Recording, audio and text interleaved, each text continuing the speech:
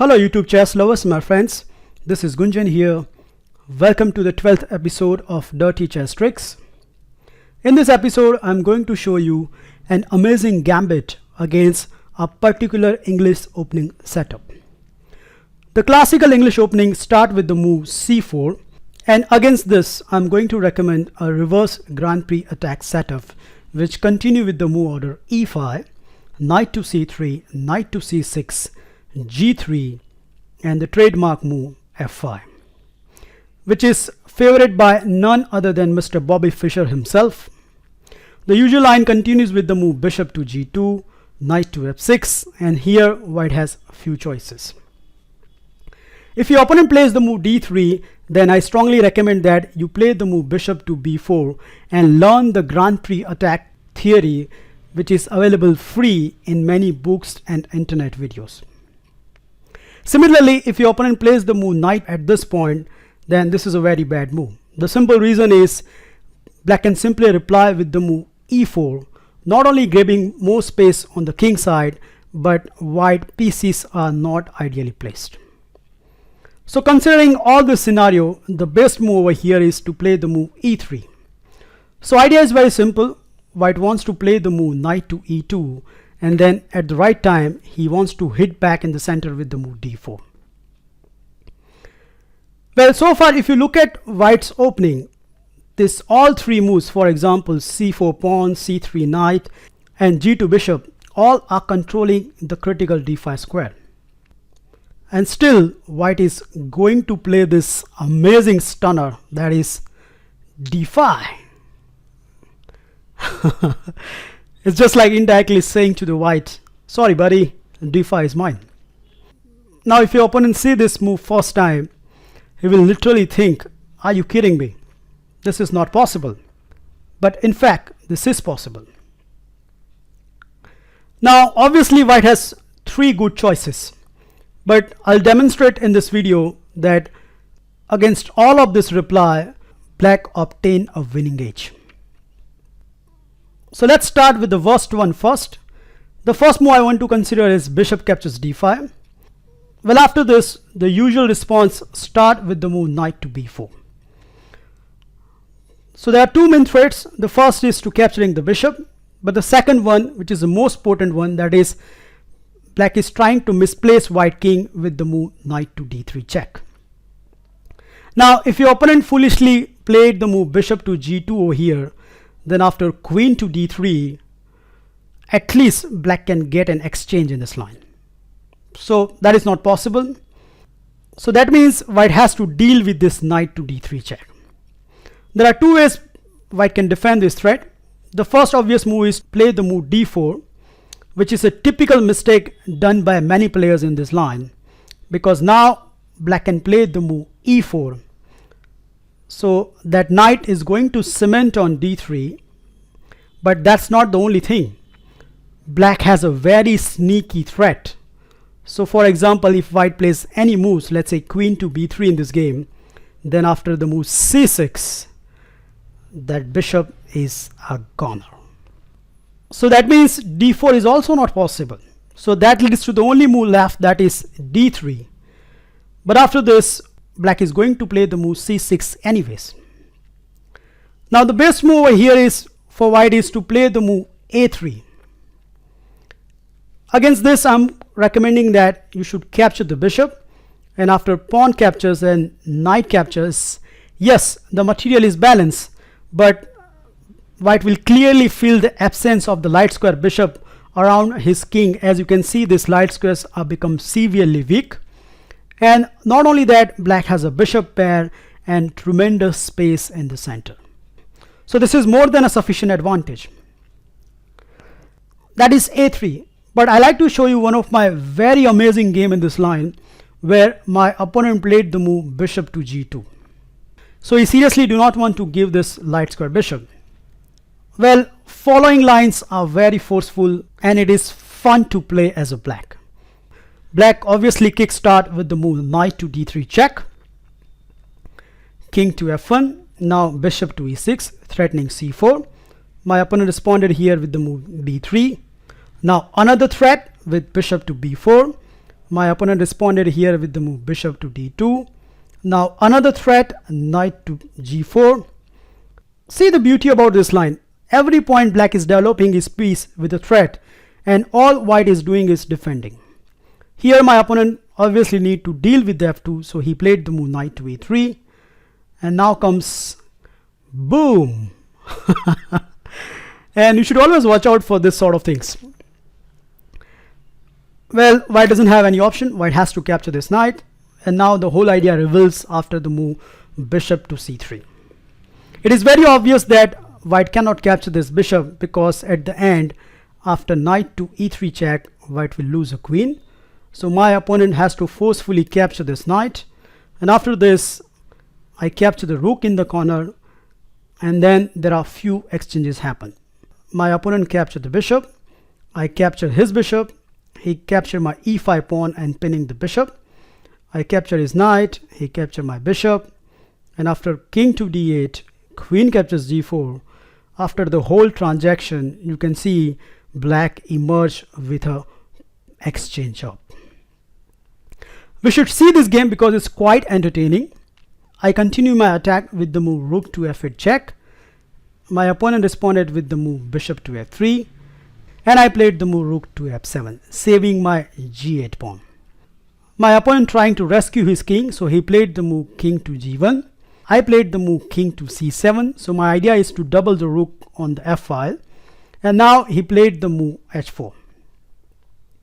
Indeed, I double my rook on the f file, and now white plays the move bishop to g2. So for a moment it looks like white has consolidated his position and he can look forward for the complications. Well, no, that's not true. I give you a few minutes over here. Can you find a move order which can finish up the white? Okay, I hope you find this move, that is rook to f1 check. So that leads to the forced reply, that is king to h2. And now, yep, queen captures g2. Amazing stuff. Forced reply, king g2, rook to f2 check, king h3, and the final finishing blow, rook captures h1 with an amazing mate. So this sort of fun you can get if your opponent try to save his bishop.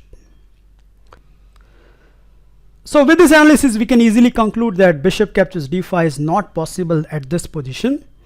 So let's look at the another option, that is what happens if your opponent captures with the knight. So knight captures d5. Now here I recommend that you should capture this knight, and if your opponent plays bishop captures d5, so there will be a transposition of the lines which we have already looked at it. So the critical move is c captures d5. Well, after this, once again black will play the move knight to b4 and creating two threats, that is capturing the pawn and putting the knight onto d3. Now here I need to consider two replies. If your opponent plays the move d4, then once again this is a typical mistake. Black will continue with the move e4, and in order to save the knight d3 check, black has to play the move bishop to f1. So this is almost a moral victory because every single piece of white is at the back rank, and now we are simply going to capture the d5 pawn. Once again, I like to show you one of my own quick win in this line. Here my opponent responded with the move a3. I give this check anyways. He obviously captured my knight, and after pawn recapture, the first threat is created, that is capturing the rook. Now obviously White doesn't want to play the move f3 and weakening his king side, so he decided to play the move knight to f3. I continue with the move bishop to d7, and now he castle on the king side, which is a big mistake. The simple reason is black can play over here bishop to c6, not only hitting the knight, but that knight cannot move because there is a mate threat on these two squares. So it's funny enough that just in few moves of the opening, white is obtaining a losing position. The only move left is e4 over here, which is a very tricky move, that if black foolishly captured with the queen, then rook to e1 and white is winning. But I didn't fall for that. I played the stronger move, that is f captures e4. Now my opponent's idea is to play the move knight to e5 and grabbing that dangerous bishop. I continue with the move bishop to d6, and after knight captures, pawn captures, he played the move bishop to e3, and after I castle on the king side, we don't need to even go further with this game. We can easily conclude over here that is black is quite better. Look at those monster pawns in the white camp. All white is going to do in this game is defending and defending. Now the second obvious move is to play the move d3, so stopping any knight to d3 intrusion. Well, against this I'm recommending another sharp gambit in this line, with start with the move c6. It is quite surprising that this line contains amazing resources, and this is one of them. Now two moves needs to be considered. The first obvious move is a3, so immediately trying to get rid of that knight. Well, against this black has a super reply, that is queen to a5. Now if your opponent plays over here moves such as bishop to d2, then the very simple reply is knight to d3 check, and let's say king goes anywhere. For example, in this game white plays the move king to e2, then after queen to a6, white is in the losing position. Not to mention, if the king try to escape from the f3 square, then after e4 check, king to e2, knight to f4, double discover check, and after king to e1, knight captures g2, it's actually a checkmate. So bishop to d2 is not possible. So that leads to the only reply left, that is white capture this dangerous knight, and after queen captures rook, capture this c6 pawn. For a moment it looks like white has a dangerous threat, but see yourself. Here black will continue with this move bishop to b4 check. White responded with the move bishop to d2, and after bishop captures and king captures, the following line will give you great advantage. Here black will continue with the move queen to a5 check, and after king to e2, I recommend that black should play the move e4. So completely shut down that bishop. I reached this position in one of my game. Here my opponent responded with the move d captures e4, so he seriously want to open up that line and create a counter. I simply reply with the move b captures c6, and now he played the move e captures f5, which at first sight looks very natural because it's hitting the c6, but the end is near. I played the move bishop to a6 check, and this is just a horrible move to meet. Unsuspecting my threat, my opponent carelessly played the move king to f3, but after queen to f5, this is actually a checkmate. So you can see the games can down very quickly for the white. Now instead of a3, white can also play the move d captures c6. Well, against this the response is pretty much forced. Black has to play the move knight captures d3 check, and after the move king to f1, we should play the move e4. So we are completely shutting down that bishop. The critical line is queen to a4, so trying to get some discover check. Well, this is not good. The simple reason is black can capture this pawn, and after queen captures, black can respond with the move bishop to d7. So not only black is developing his all pieces, but white king is clearly misplaced. And to illustrate how dangerous this position is, I like to show you one quick game where black demolished white very quickly. So here white responded with the move queen to a6. Black responded with the move rook to b8. So there is a threat of bishop to b5, which white stopped with the move a4. But now black creates the another threat, that is queen to c7, grabbing the bishop. So white responded with the move bishop to d2. Now black plays the move rook captures b2. See how amazingly black initiative is development. With every move, black is creating a threat. Again, white is forced to play the move bishop to e1. Now another strong move, bishop to b4. So idea is to capturing the bishop and then delivering a checkmate on the f2. So white stop everything with the move knight to e2. But after the following sequence, that is bishop captures bishop, rook captures, well, you can see if black wants can easily get that rook, but black find a stronger continuation, that is rook captures e2, bam, and it's just time to pack in. The simple reason is if white captures this rook with the king, then after queen check, king to f1 and queen captures f2 as a checkmate. So these are some of the wonderful tricks in knight captures d4 line. Now the final and the most critical move I want to consider is c captures d5. But against this, our reply is pretty much same. We are going to play the move knight to b4. So creating a two threats. And now white has two options, either to go d4 or d3. White has also tried the move queen to b3, but that will lead to a transposition into the d5 variation, which we are about to see.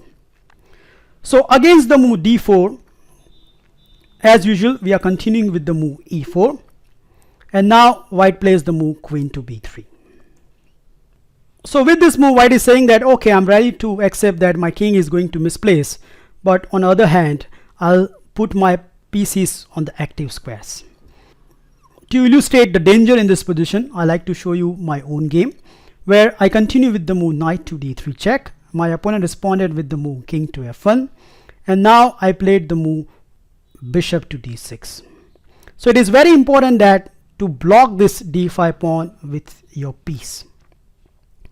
My opponent continued here with the move knight to e3. I played the move knight to g4, and now he played knight to b5. So he clearly wants to get rid of my bishop and then post his knight on the f4 square. Well, actually I allow him to do this with the move castle on the king side.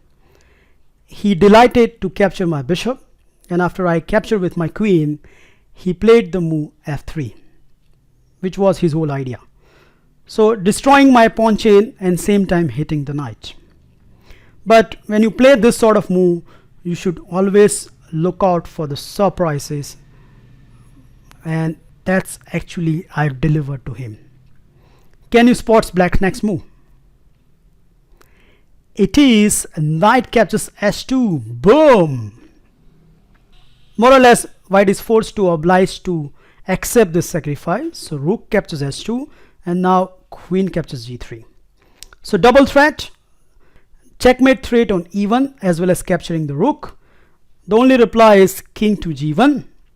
And now this game will demonstrate that the combination of knight and queen can be sometimes very, very lethal. So here I continue with the move knight to e1. The threat is knight captures f3. So my opponent first of all give me this discover check with the move d6, and after king to h8, now he played the move king to h1. No matter, black get his piece back after the move knight captures g2. Please note, white cannot capture this knight because queen can capture on h3.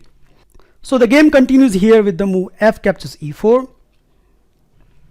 And I think here I played the best move of the game, that is knight to h4, which has a very simple idea, queen to e1 check. So my opponent has to deal with this threat, and he played the move bishop to d2, but the game is ended right there. Can you spot it? Yup, is knight to f3, and it's amazing that just from this two piece I created a havoc in the white camp. White can just resign over here. The simple reason is there are two checkmate threats exist which white cannot defend both of them. So that was about the move d4. Your opponent can also try the move d3 over here, but against this I'm recommending that you should capture this d5 pawn, and after knight captures and knight captures, I like to show you the danger in this position. The general response is to play the move a3, so stopping any knight or bishop intrusion. Well, here I recommend a very simple plan starting with the move c6. So now the idea is very simple. What black wants to do is to play the move bishop to d6. bishop to e6, queen to e7, and castle on the king side. With the simple moves, not only black can finish his development very easily, but because black has a tremendous space in the center, these positions are quite favorable to the black. As usual, I like to show you one good trick in this line. One of my very strong opponent here responded with the move knight to e2. I continue as per our plan, so I played the move bishop to d6. He castled on the king side, and I did the same. And now he played the move queen to b3. So you can see the easy idea is it's attacking two spots, that is d5 and b7.